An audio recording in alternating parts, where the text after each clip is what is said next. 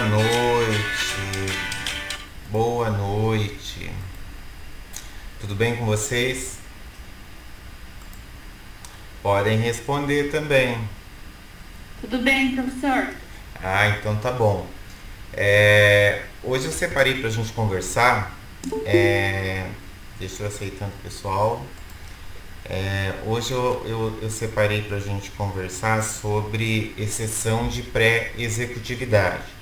E pra gente poder começar a nossa conversa, eu pergunto para vocês se vocês sabem o que é ou para que serve e onde usa a exceção de pré-executividade.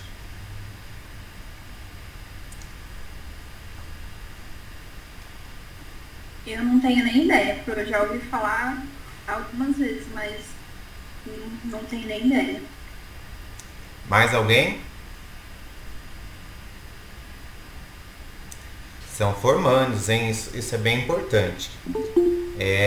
Antes até de eu começar a falar da exceção de pré-executividade, eu vou aproveitar e vou falar um pouquinho das defesas do executado para aproveitar e relembrar vocês que como a gente está no eixo, a gente pode falar de algumas coisas que são importantes. Então, quando a gente tem uma execução de um título extrajudicial, só relembrando lá com vocês, os títulos extrajudiciais, né? Pelo menos os típicos são letra de câmbio, que está em desuso, nota promissória, que ainda está usual, cheque e duplicata, estão lembrados? Os demais são títulos atípicos.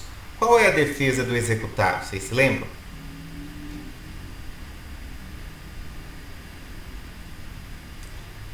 Se formaram, abriram o escritório e daí seu primeiro cliente entrou, ele recebeu uma ação de execução e está procurando o senhorito para contratar como advogado.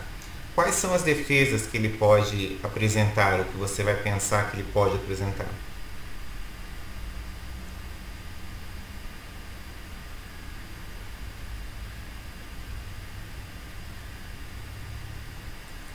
Vamos?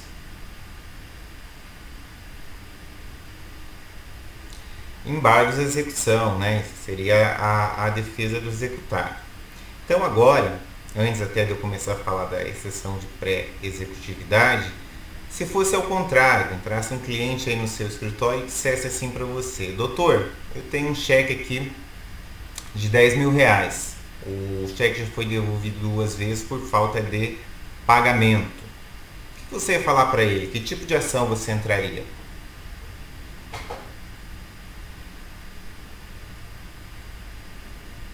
Não entra?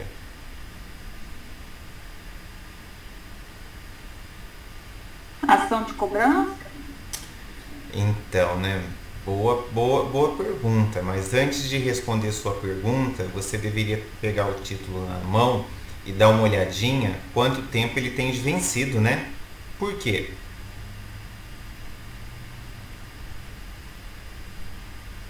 Se for um cheque. Porque um cheque tem prazo de prescrição curto, né? É um título de crédito que ele nasce para circular rapidamente e também morre, né? Perde ali a sua executoriedade de acordo com 784 do CPC em pouco tempo. Qual é o prazo de prescrição do cheque? Isso aí cai na OAB. 6 meses. 6 meses redondo ou tem que inteirar mais alguma coisa se ele for com uma data futura? É 6 meses só. Então, a gente sempre esquece disso, né? Porque cheque é uma ordem de pagamento à vista. Vou lembrar vocês que o cheque ele tem prazo para apresentação. Como assim prazo para apresentação, professor? Cheque emitido na mesma praça, ele tem 30 dias para ser apresentado em cobrança. Praças distintas, né? Outra praça, 60 dias.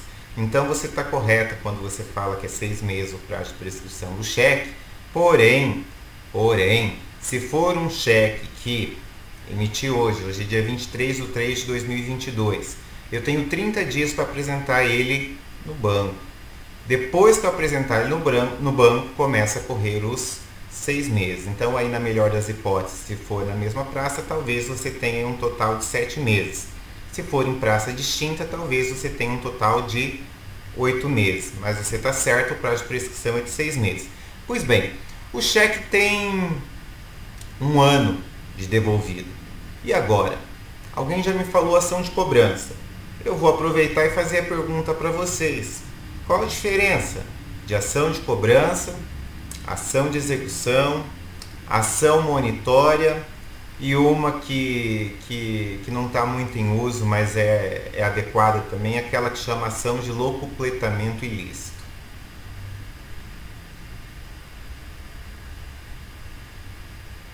Já estudaram isso lá com o Givago? Eu sei que um precisa ter prova escrita, alguma coisa assim, eu só não me recordo o que é. Verdade, se você me perguntasse isso há 30 dias atrás, eu ia responder assim para você: olha, a ação de cobrança não tem o título, então eu preciso criá-lo ainda, que vai ser feito por meio de sentença.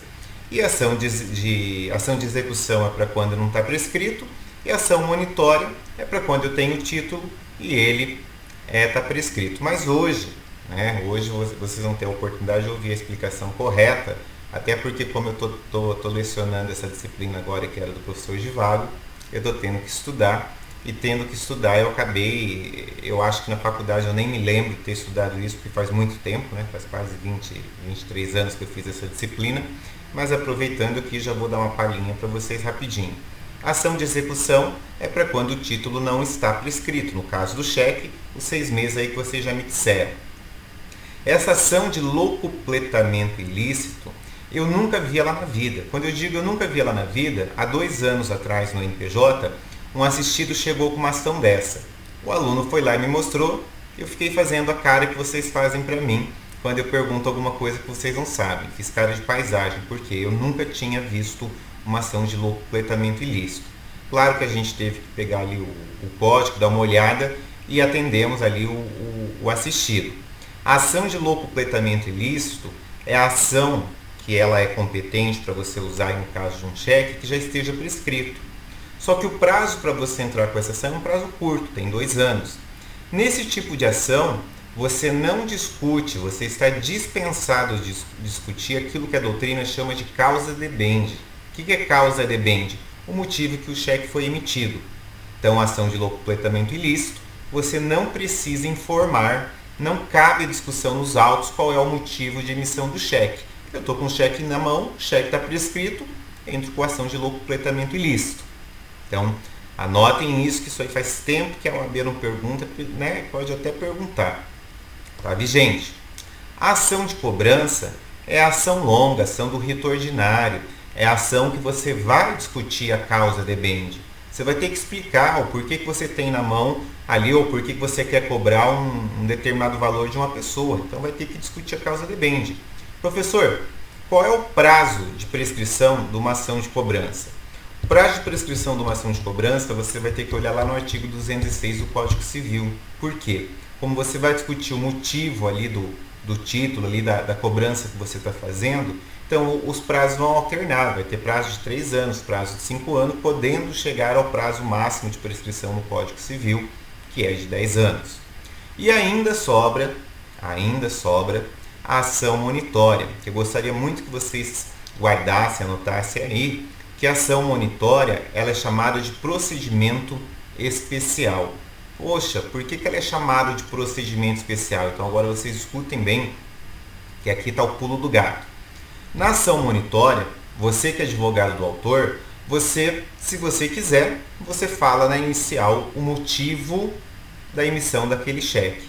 Se você não quiser, você não fala nada. Por quê?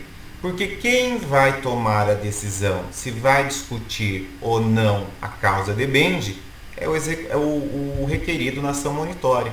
Então você que é advogado do autor, você vai verificar se lhe compensa falar o motivo da emissão do cheque ou não. Muitas vezes não é importante para a gente não quer nem mencionar o motivo. E você, quando for advogado do requerido, que está sendo cobrado ali na ação de cobrança, se você entender isso que eu estou dizendo, vai mudar completamente a sua posição como advogado. Por quê?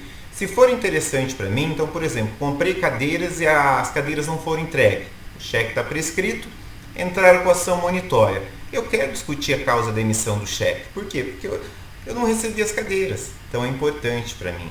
Então quem vai dar o tom se vai discutir a causa debente ou não é o requerido. Agora, as cadeiras foram entregues, não há problema nenhum. Talvez eu não tenha motivo para discutir a causa debente. Talvez seja apenas inadimplência mesmo. Então você que é o advogado do requerido, você vai poder tomar essa decisão. Prazo de prescrição da ação monitória.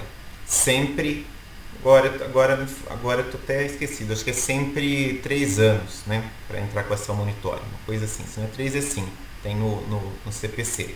Então, feita essa introdução que eu acabei de relatar para os senhores, voltando à conversa sobre exceção de pré-executividade, quando eu fiz faculdade há 20 anos atrás, até um pouco mais, quando eu estudei exceção de pré-executividade, eu tive aula com a professora Nilza, uma doutora excelente processualista, foi minha orientadora no meu TCC. Eu me lembro muito bem que ela pegou uma obra do Marinoni e levou em sala e disse assim para nós: quem quiser fazer o fichamento, não é obrigatório, eu vou dar um ponto na nota. Eu fiz. Então, me lembro que naquele bimestre acabei ficando com 10 em processo civil. A exceção de pré-executividade, há 20 anos atrás, Código de 73, era uma discussão doutrinária ainda. Então, não era pacífico. Você podia tentar apresentar uma exceção de pré-executividade, mas a possibilidade do juiz despachar dizendo, olha, não tem fundamento legal, era bem grande e você ia queimar a cara à toa. No Código de 73, a exceção de pré-executividade a gente apresentava em apenso. Mas o Código de 73 está em 73. Hoje nós temos o Código de 2015. O Código de Processo Civil de 2015 ele traz uma brecha, que meu código não está aqui agora, lá no artigo 525, parágrafo 11, na possibilidade do devedor, né, no caso do executado do cumprimento de sentença, ele vir e por meio de mera petição impugnar ali alguma coisa que tenha problema ali naquela execução. Então, por meio dessa brecha, entende-se hoje que é possível você apresentar exceção de pré-executividade, que é um incidente processual. O que é um incidente processual? Alguém poderia me ajudar?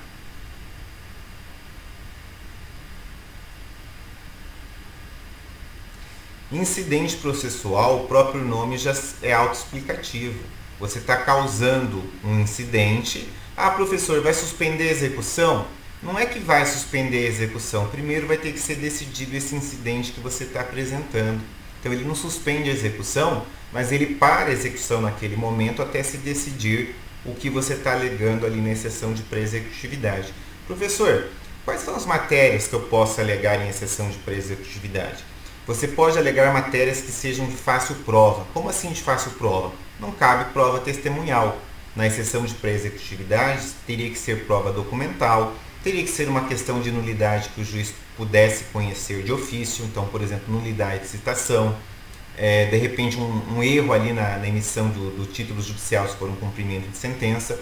Alguma coisa nesse sentido que você consiga realmente discutir, apresentar esse incidente e possa vir a ter aqui mérito procedente nisso que eu estou dizendo. Pergunta: qual é o prazo para apresentação da exceção de pré-executividade? Prazo, vamos lá.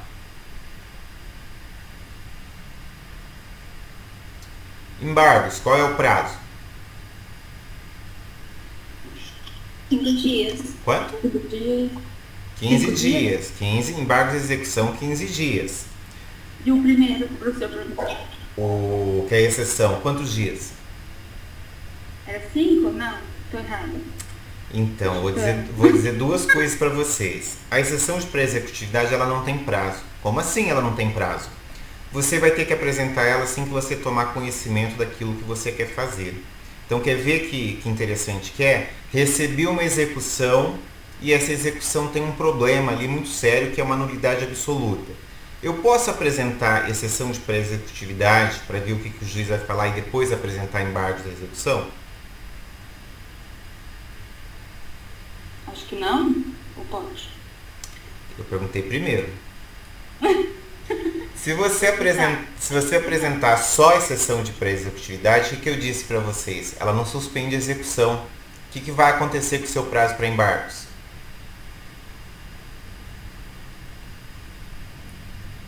Você vai perder o prazo. Então, quando você toma uma decisão como essa, professor, mas por que eu tomaria uma decisão de apresentar uma exceção de pré-executividade e não embargos à execução? Vou dizer, não é um incidente processual? É um incidente processual. Então, ele não tem custas e ele não tem o que? Condenação de honorários de sucumbência. A menos que você esteja litigando de má-fé. Aí é outra história. Aí é multa por litigância de má-fé. Então, o que dá pra gente, para nós advogados, fazermos quando você se depara com uma situação como essa? Eu já apresentei inúmeras vezes. Eu distribuo embargos de execução para não perder o prazo, só que eu peço justiça gratuita. Por quê? Porque até juntar documento, até o juiz verificar, e distribuo também, no mesmo prazo, uma exceção de pré-executividade.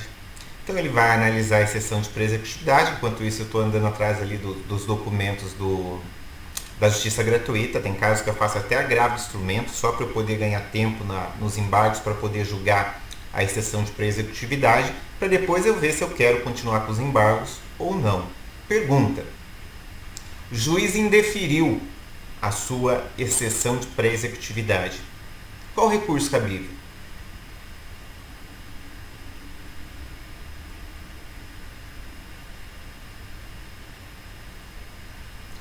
Indeferimento da exceção de pré-executividade. Qual o recurso cabível?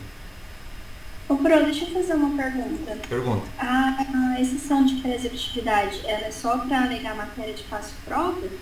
Você só Ela pode... não serve para mais nada? Você não pode apresentar alguma coisa, por exemplo, que você dependa de uma prova testemunhal. Por quê? Porque daí não é um incidente processual, concorda? Mas, por exemplo, num caso prático, teria um exemplo para dar pra gente? Porque eu não consigo... Eu vou mostrar para vocês um caso prático. É que eu só estou fazendo a explicação para vocês poderem pensar comigo um pouquinho. Porque se eu for direto para o caso prático, você vai achar que toda vez é da mesma forma que eu vou mostrar. Beleza, então.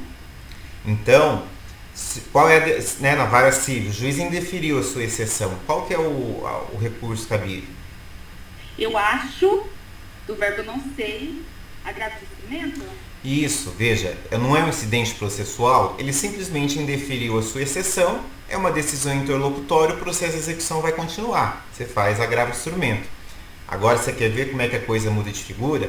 A sua exceção foi provida, extinguiu a execução. Qual o recurso cabível?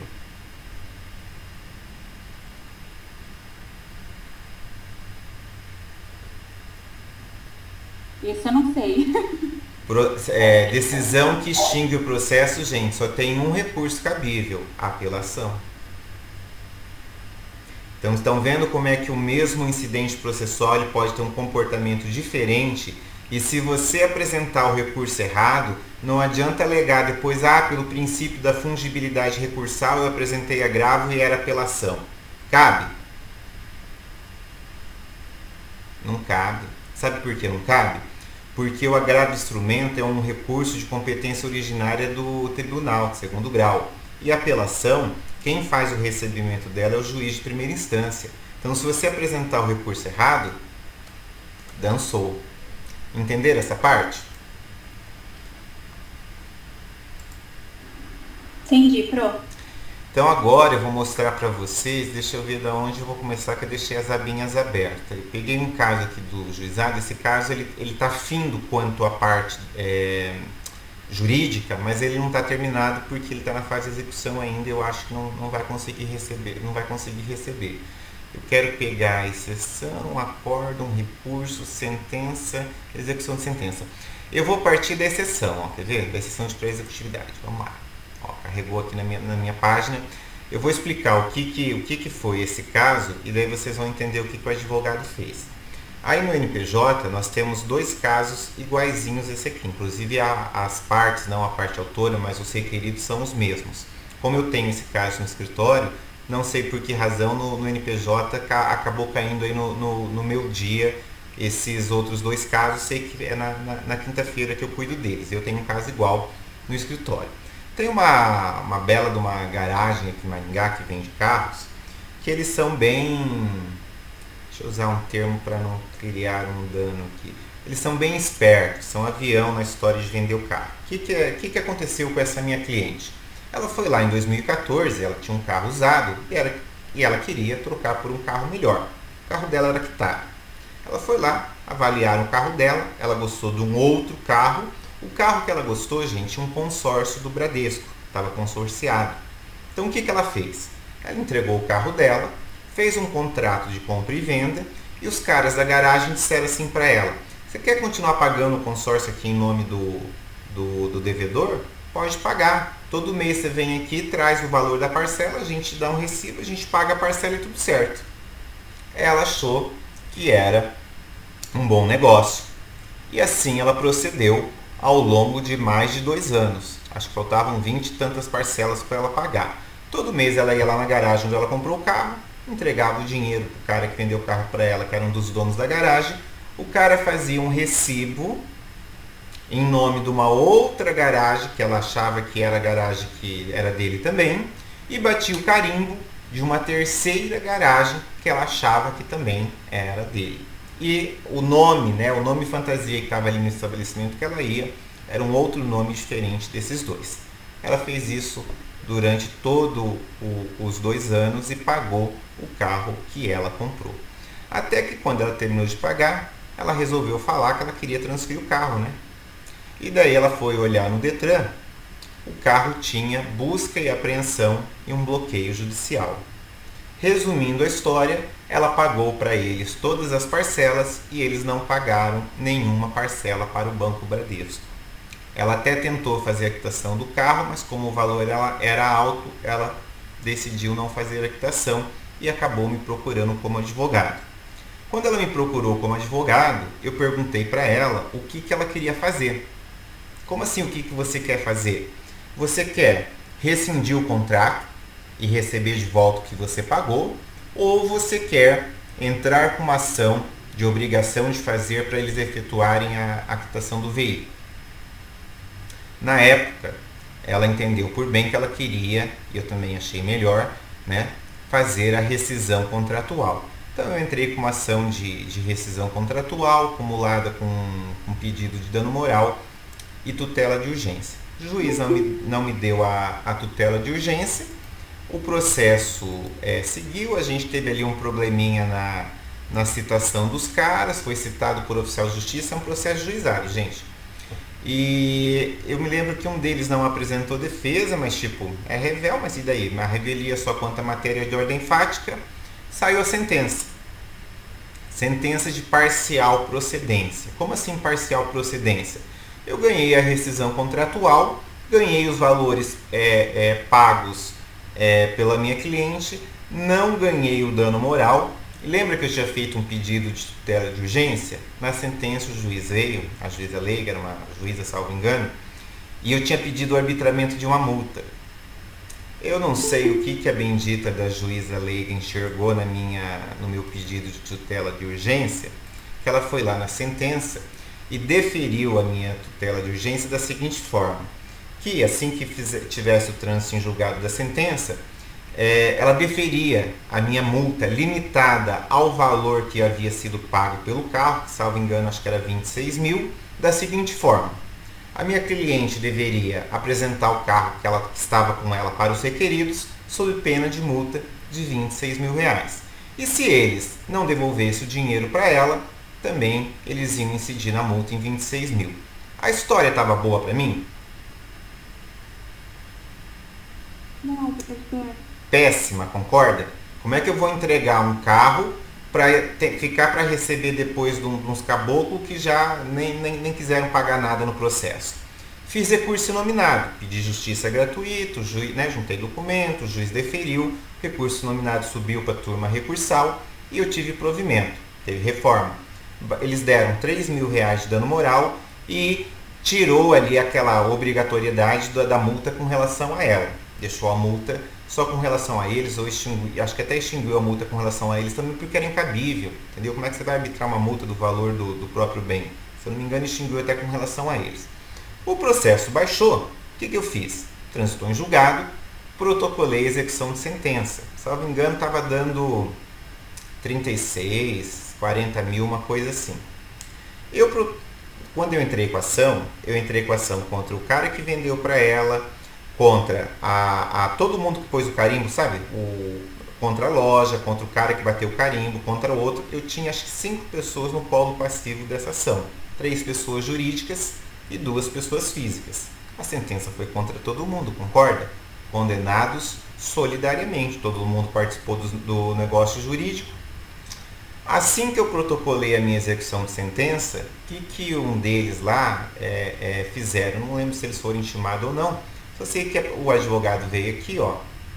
E daí agora é isso que eu quero mostrar para vocês. Deixa eu voltar aqui no começo do meu arquivo, que estava no começo e não está. Ele olhou o processo e fez o quê? Poxa vida, né? Se ferramos, agora vamos ter que pagar 40 mil. Mas daí o cara, né, o advogado, muito inteligente, muito esperto, né? O que o cara fez? Eu vou produzir documentos de que uma dessas pessoas jurídicas aqui já havia sido feita a venda do estabelecimento empresarial. Lembra da história do trespasse que vocês estudaram comigo? Contrato de trespasse é o contrato de compra e venda do estabelecimento empresarial. Estão lembrados? Quem estudou comigo sabe o que é. Esse espertalhão não teve aula comigo, com certeza. Ele fez um contrato de compra e venda de estabelecimento empresarial. Fez com data retroativa, reconheceu firma em 2019. Veja, estou falando de um negócio lá de 2014, 2016. Minha ação é de 2018. Ele reconheceu firma em 2019 e daí veio aqui e apresentou essa exceção de pré-executividade que vocês estão vendo aí, ó. E daí, para vocês entenderem, a gente vai seguindo aqui o que ele alegou. No item número 1, ele vem e diz assim, ó, do cabimento e da legitimidade da petição de exceção de pré-executividade. Veja que ele não falou que era preliminar nem nada, ele vem e coloca isso aqui como item 1. Não está errado, mas vocês vão ver daqui a pouquinho porque que eu gosto de separar a petição em 3 partes. A parte inicial, lá o 1 romano, o 2 que é dos fundamentos e os 3 que seria a finalização, o concluimento. Ele vem aqui e coloca o fundamento naquele que eu disse para vocês, o artigo 525, parágrafo 11 do CPC, que dá para você fazer a impugnação de sentença por mera petição. Ele cita a Teresa Arruda Alvim, que é uma doutrinadora muito boa nesse sentido aqui de processo civil, né? Coloca uma doutrina, e com isso, ele quer dizer o quê? Ele começa a alegação de que houve uma nulidade na citação. Ele ainda não falou nada. Estão vendo por que eu digo que às vezes é importante primeiro ter os fatos para depois você vir aqui apresentar o que você quer fazer? Porque se você ler esse item 1, acabei de passar na tela com vocês, postei aí no Classroom para vocês, não dá para entender o que é que ele quis dizer. Só dá para entender que ele está dizendo que cabe a exceção de pré-executividade e que ele vai alegar, ou está alegando, não sei, que nesse caso houve uma nulidade de citação, mas ele não contou nada ainda. Aí ele vem no item número 2, ó, e coloca dos fatos. Nos fatos, ele diz que um dos requeridos, esse tal de Viverton aqui, ó, diz que foi vítima de golpe, né? E ele vem e junta aqui, ó, que desde do mês de abril de 2014, o recipiente, que é assim que se chama, né? Ou se você quiser colocar de requerente, mas é recipiente, deixou de exercer suas atividades no endereço que hoje atua executado Viverton. Ó, os nomes são parecidos, mas é outro, entendeu? Aliás, o recipiente é uma pessoa jurídica, exatamente. Diz que ele foi vítima desse Viverton que vendeu o estabelecimento para ele e ele não tinha mais nada a ver com a história. E juntou aqui a transferência feita na junta comercial. Mas ele só se esqueceu de uma coisa. Ele diz que isso aqui foi feito em 2014, né? Então, 2014 para 2016, que foi quando minha cliente foi lá exigir a quitação, já tinha transcorrido os 2 anos daquele prazo empresarial. Lembra que eu disse para vocês? Ó, ele vem aqui e junta o contrato de compra e venda da minha cliente com esse tal de Viverton. Então ele fala assim, ó, eu não tenho nada a ver com a história. Quem vendeu o carro foi esse tal de Viverton, ó, não tem a pessoa jurídica aqui no contrato.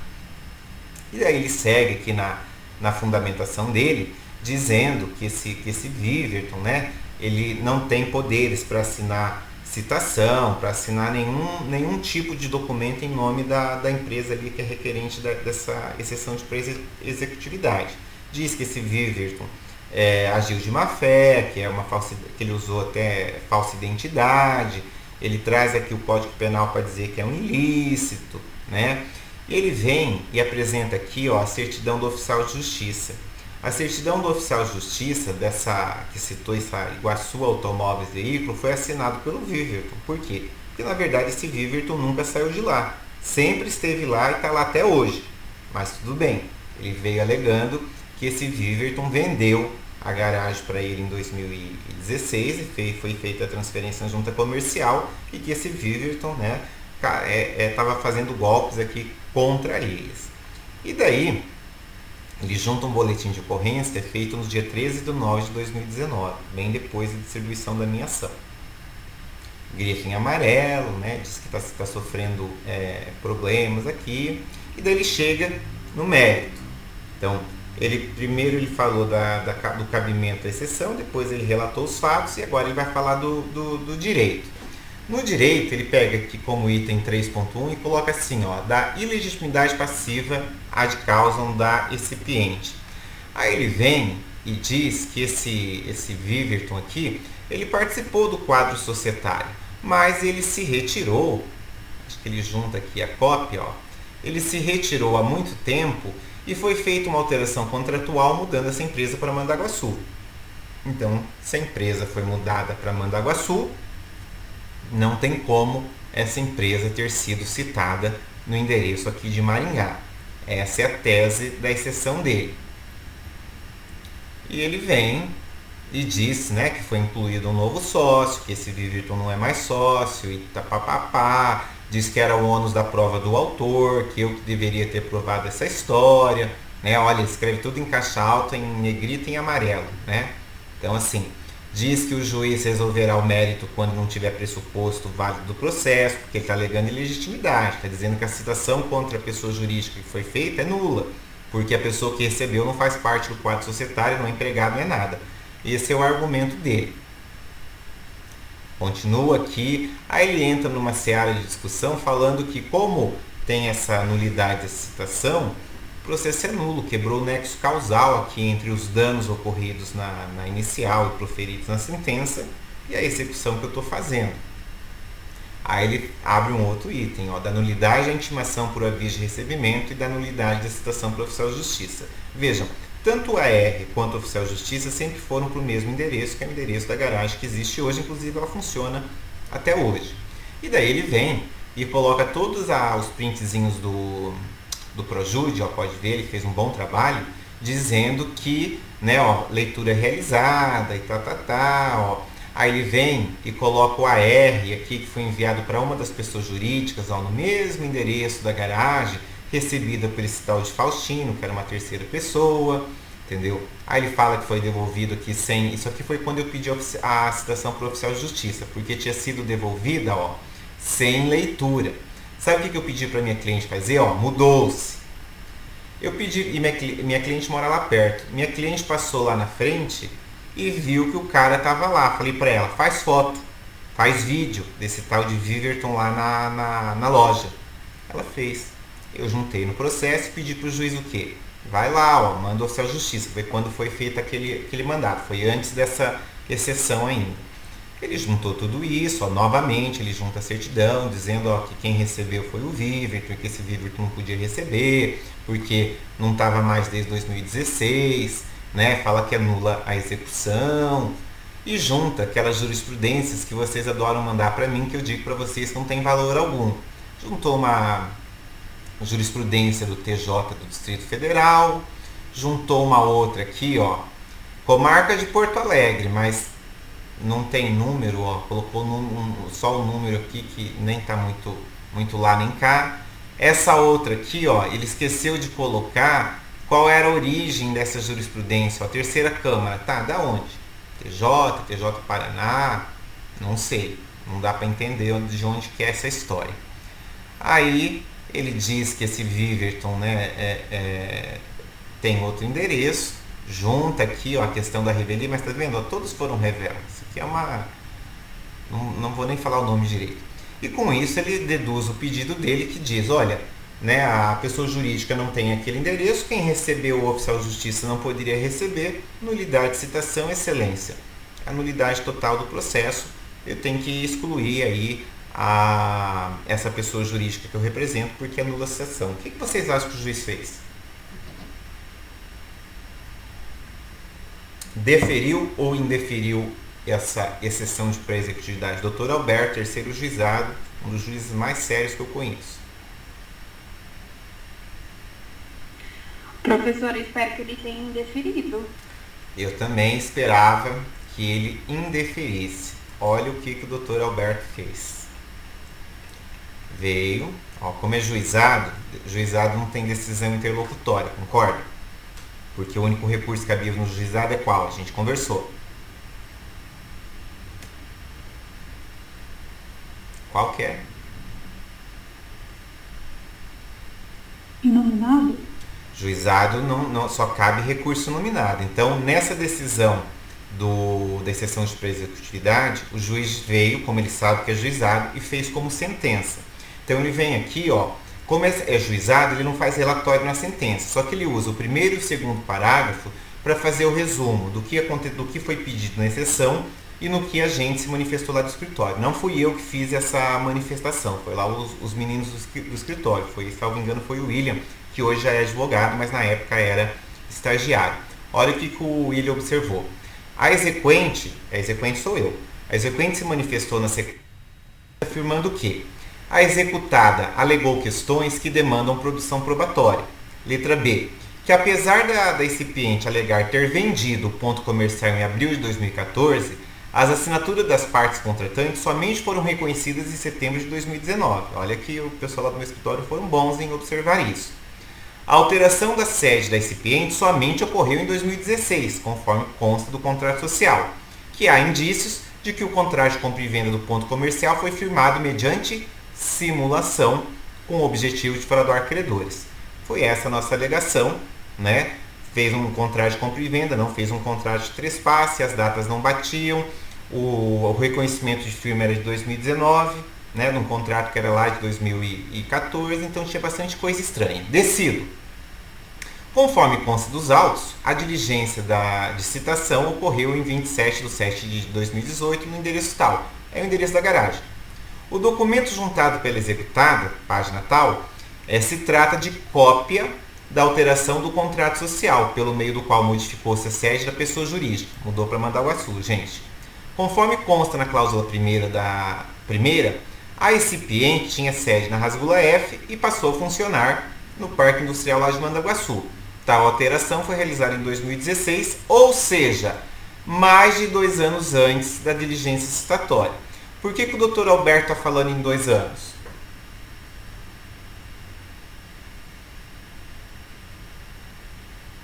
Mas vocês estão esquecidos, né? Igual o computador português, tem uma leve lembrança. O contrato de trespasse, ainda que não seja um contrato de trespasse, mas é isso que a lei manda você fazer, ela garante a responsabilidade do vendedor por 2 anos, né? A gente estudou isso lá em Direito Empresarial, parte geral. Então o doutor Alberto já está vindo e dizendo assim, ó, Juliano, a alteração contratual foi 2 anos antes da citação. Então, infelizmente, né, ele vai seguir, ó.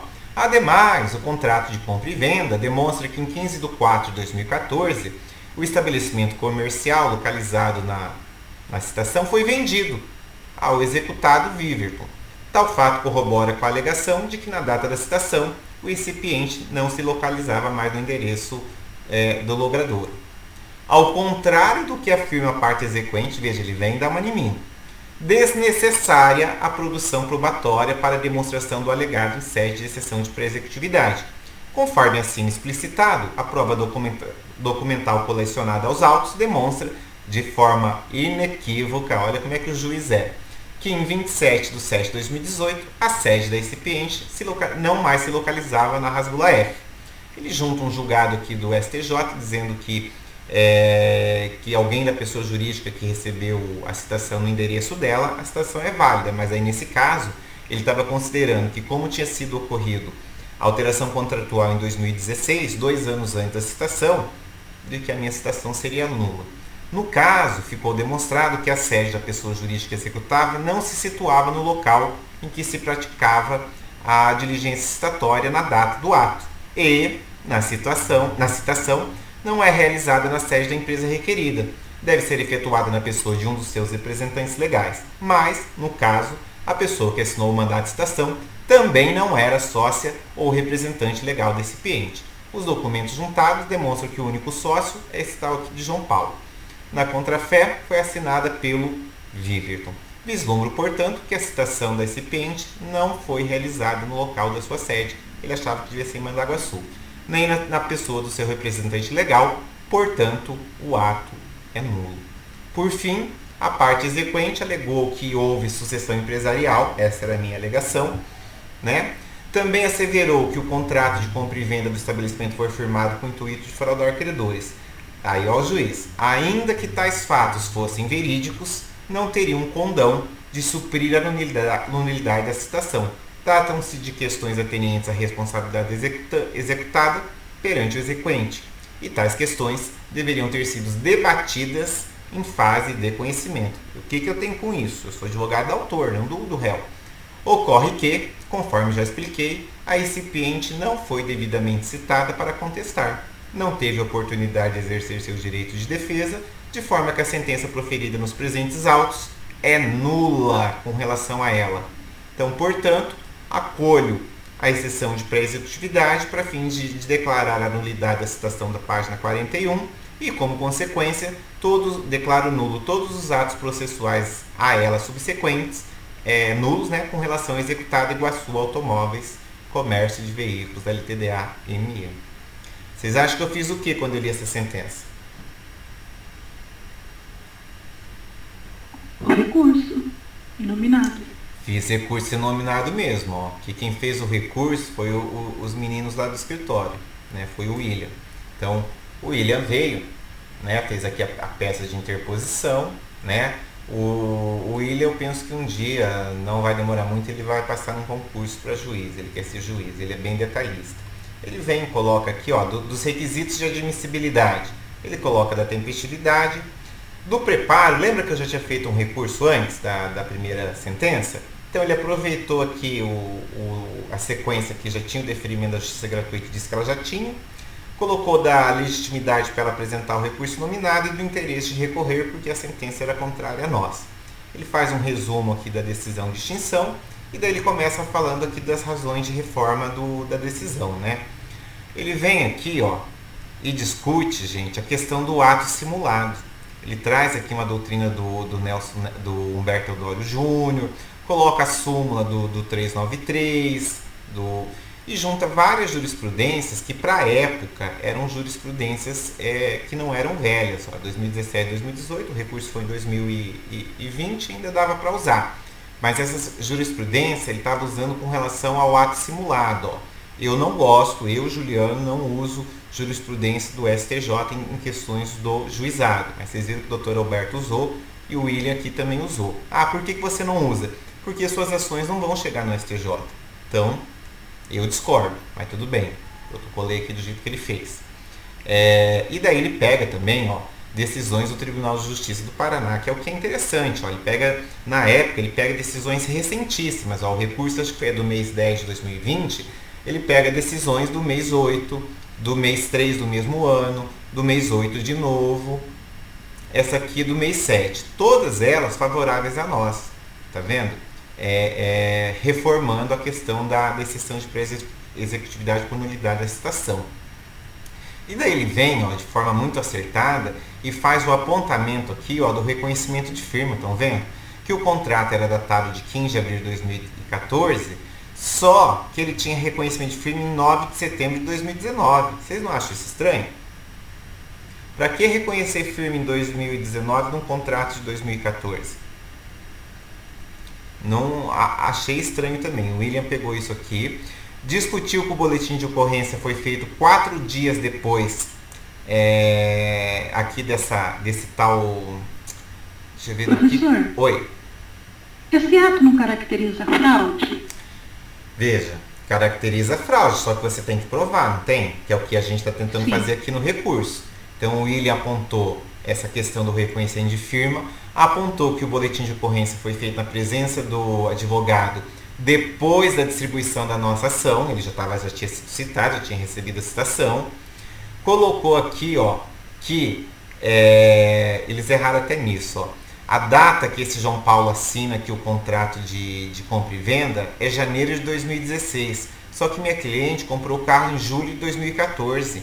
Não dava os 2 anos lá que o juiz estava falando, estão vendo?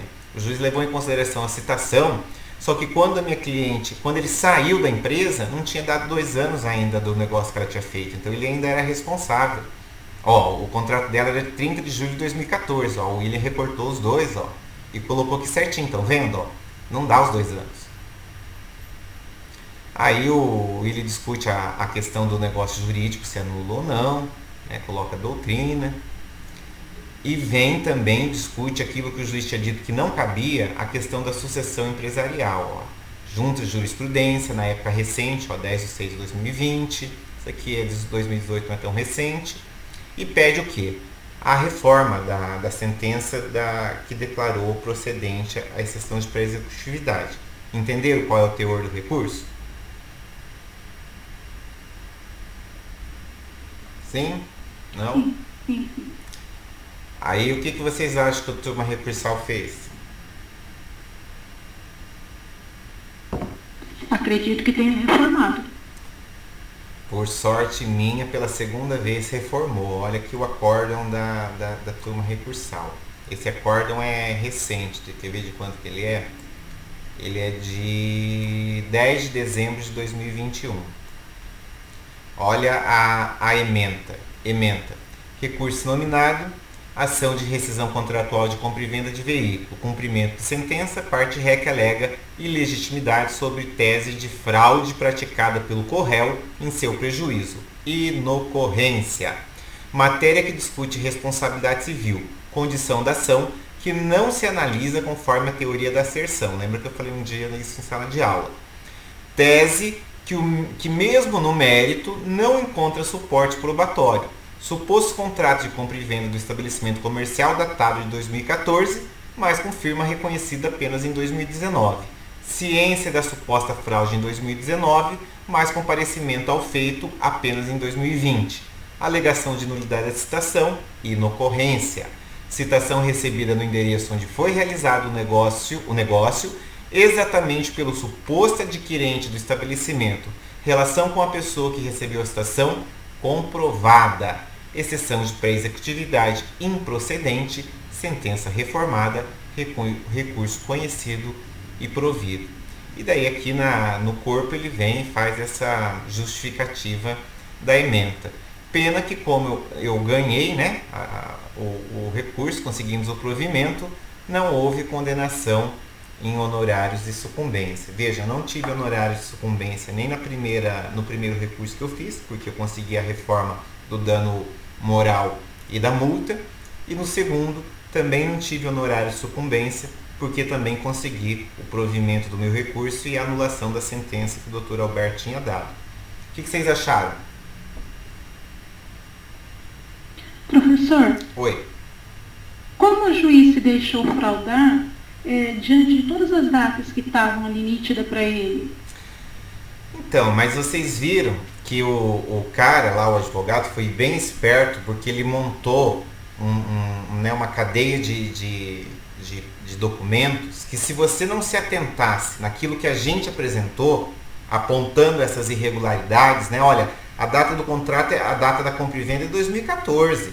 A data que ele se retirou do negócio é 2016, não deu os 2 anos.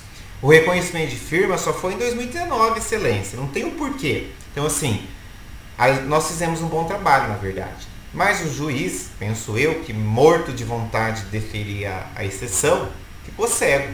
No entanto, que a turma recursal reformou. Adivinhem quanto está essa execução hoje? Eu até deixei ela aqui na binha, vou mostrar para vocês. Quanto vocês acham que está? Não tenho a menor ideia, professor, mas deve estar bem alto. Execução de sentença, eu protocolei semana passada. Aqui é o valor do dano material, esse aqui é o valor do dano moral atualizado. R$ 76.172,34 numa ação de juizado que não tem sucumbência. Vocês acreditam nisso? Que bom. Pena que não vai receber. Se você fizer a continha de 30%, dá R$ 22.000 de honorários advocatícios. Dá para falar que uma ação de 22 mil é ruim? Não dá, né? E se eu tivesse ganho ainda sucumbência nos recursos, né? Não ganhei porque infelizmente parece que o juiz ali estava advogando contra mim, teria dado muito mais, né? Teria passado aí dos 30 a 35 mil de honorários.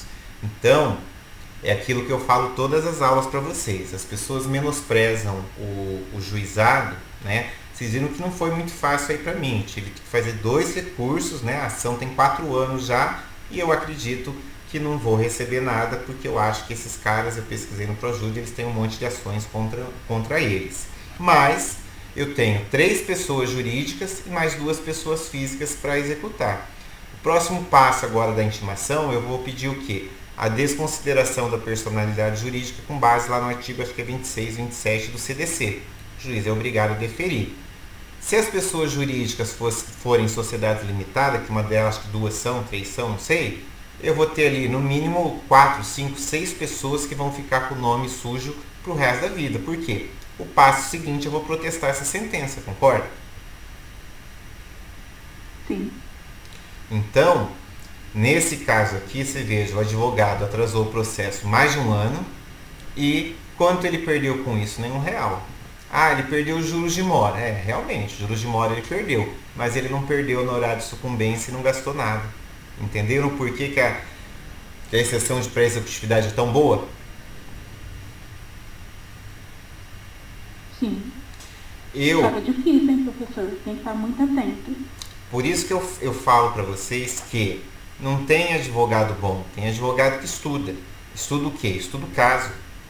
Entendeu? Quando eu peguei essa ação, eu nunca imaginei, é que eu acho que não vai receber, né? Mas eu nunca imaginei que chegasse num valor desse. O valor inicial acho que é 26 mil. Ah, mas por que deu 76? Juros de mora, né? Teve lá o dano moral que é pouquinho, mas o atualizado, os 3 mil já virou 5.600. Então, assim, é uma pena que os réus não são, os executados não são solventes, isso eu já sei. Mas, né, se fosse uma garagem séria, ou se um dia eles forem receber herança ou qualquer outra coisa nesse sentido, não vão escapar dessa ação, de jeito nenhum. E vejam que o advogado... Oi. O galera que dá trabalho é o povo da garagem, hein? Nossa Senhora. No Procon a gente pegava cada coisa que era... Nossa, você ficava muito estressado.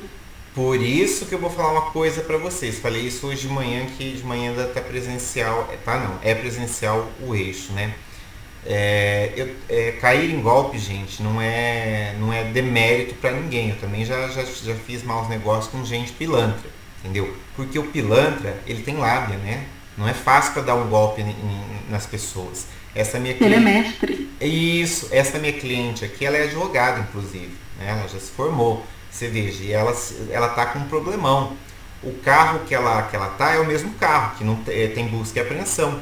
E como ela nunca pagou IPVA do carro, porque sempre foi enrolado, o carro tem mais de 6, 7, 8 mil reais de débito. Ou seja, se esse carro cair em qualquer blitz, primeiro porque tem bloqueio judicial, segundo porque ele tem 8, 10 mil reais de IPVA e multa. Concorda? O carro está morto. Ela perdeu tudo que ela pagou e perdeu o carro dela, que era quitado, que ela deu de entrada. Porque esse carro que ela tá não vai virar nada. Acho que ela nem anda com o carro, eu acho. Meu Deus. É uma situação bem, bem complicada, por isso que toda vez que alguém me pergunta, eu falo a mesma coisa. Ah, eu estou comprando um carro, uma coisa. É de uma garagem. E toda vez eu falo a mesma coisa. A garagem é séria? Boa? Ah, eu não sei, então não compro. Sabe por que não compra? Eu aprendi uma coisa na minha vida. Não existe negócio da China. Tem gente que vende as coisas mais barato porque está apertado. Mas aí você vai ter tempo para consultar. Agora, quando apareceu uma pessoa, um negócio, querendo, né, olha, compra aqui que isso aqui é bom, eu te garanto, eu isso, eu aquilo, desconfiem, porque nos tempos difíceis como as coisas estão, ninguém quer perder nada, entendeu? Onde você já viu comprar um carro e deixar pagar no nome do outro? Eu tenho um monte dessas ações. Quando eu era advogado lá do banco, nossa senhora, um dos maiores problemas que tinha era isso, financiado que passava o carro para frente e o que pegou o carro não pagava o financiamento. Tem o que fazer? Não tem o que fazer. Não. Professor, Oi. Hoje é mais aconselhável você comprar carro na concessionária. Os seminovos, né, que eles falam, se você não tiver dinheiro para comprar o carro zero, tipo na Somaco, na Fiat, na Toyota, eu acho que é mais garantia pelo tamanho da empresa, ou não? Olha, aquilo que eu já falei para vocês, eu acho que desde 2011, quando eu tive aquele problema com a Honda, que eu comprei o carro seminovo, o carro era batido, eu fui lá e devolvi, entrei com a ação, eles me deram um carro novo. Acho que desde aquele Civic, nunca mais eu tive carro que eu não comprei novo na concessionária. E os usados meus eu entrego lá na concessionária também. Você vai dizer, mas você perde um monte de dinheiro. Eu perco, posso até perder, mas eu não tenho nenhuma dor de cabeça. Eu desço de um carro e monto no outro. Não tenho dor de cabeça. Mas eu podia vender particular. Cada um faz aquilo que seu bolso pode, aquilo que fica melhor para vocês. Eu já tive problema, como eu estou falando, e mais do que um, entendeu? Mais do que um problema. Já sou advogado de vários casos com problema, então eu não quero esse problema para mim. Mas o carro de concessionária é mais caro. É mais caro, mas você tem para quem demandar, né? Se eu tivesse comprado aquele Civic seminovo batido numa garagem ruim, vocês acham que a garagem me devolveu um carro novo? Nunca mais na vida. Tinha perdido. É assim, eu tenho certeza de, na época, meu pai falou assim pra mim, Juliano, se conforma, pega esse carro e troca em outro, porque esse aí você não vai receber. Eu falei, não, pai, eu sou advogado. O dia que eu fui comprar o carro, eu avisei lá pro vendedor, falei, eu sou advogado, não quero comprar um carro que seja batido, que seja isso, seja aquilo. O cara, não, fica tranquilo, doutor, o carro aqui é filé. Filé mesmo. Tirou até o motor para consertar quando o carro foi batido. Então, assim, fizeram um acordo comigo e resolveram a história depois, mas porque eu não deixei barato. E porque eles também eram uma empresa séria, uma empresa sólida. Então, assim, cuidado com isso. Quando pegarem uma ação dessa, analisem as possibilidades. Não dá para pegar uma ação dessa no Proêxito. Eu peguei essa daqui no Proêxito, ou seja, trabalhei tudo isso de graça. Não recebi nada e não vou receber, né? Então, muitas vezes, você ter número de processo e trabalho para fazer não quer dizer dinheiro. Olha o trabalhão que deu esse processo e o tamanho digamos assim, né? Nem estou pegando mérito para mim, porque eu até disse que não fui eu que fiz o recurso, nem ali as manifestações, foi o pessoal lá do escritório. Olha o tamanho do brilhantismo lá do William, do pessoal que fez, e para não ganhar nada. O William era meu funcionário, ganhava salário, né? E esse prejuízo eu já absorvi porque ele nem estava mais lá comigo, entende? Mas o processo ainda está aqui, ainda estou acompanhando. Então a gente tem que tomar cuidado quanto a isso como advogados. Vocês conseguiram ter uma ideia do que é e para que serve a exceção de pré-executividade? Sim, professor. Eu não vou pedir para vocês fazerem uma exceção de pré-executividade, porque não é porque eu tô com dó de vocês não, porque isso aqui tem que fazer no remoto, não vai dar muito certo. Isso aqui acho que mais 1 ou 2 semanas a gente já volta pro presencial, e a hora que voltar pro presencial eu retomo essa conversa sobre exceção de pré-executividade. Como a gente precisa documentar a aula, eu vou até parar já de gravar, porque daí já deu o tempo que a gente precisava.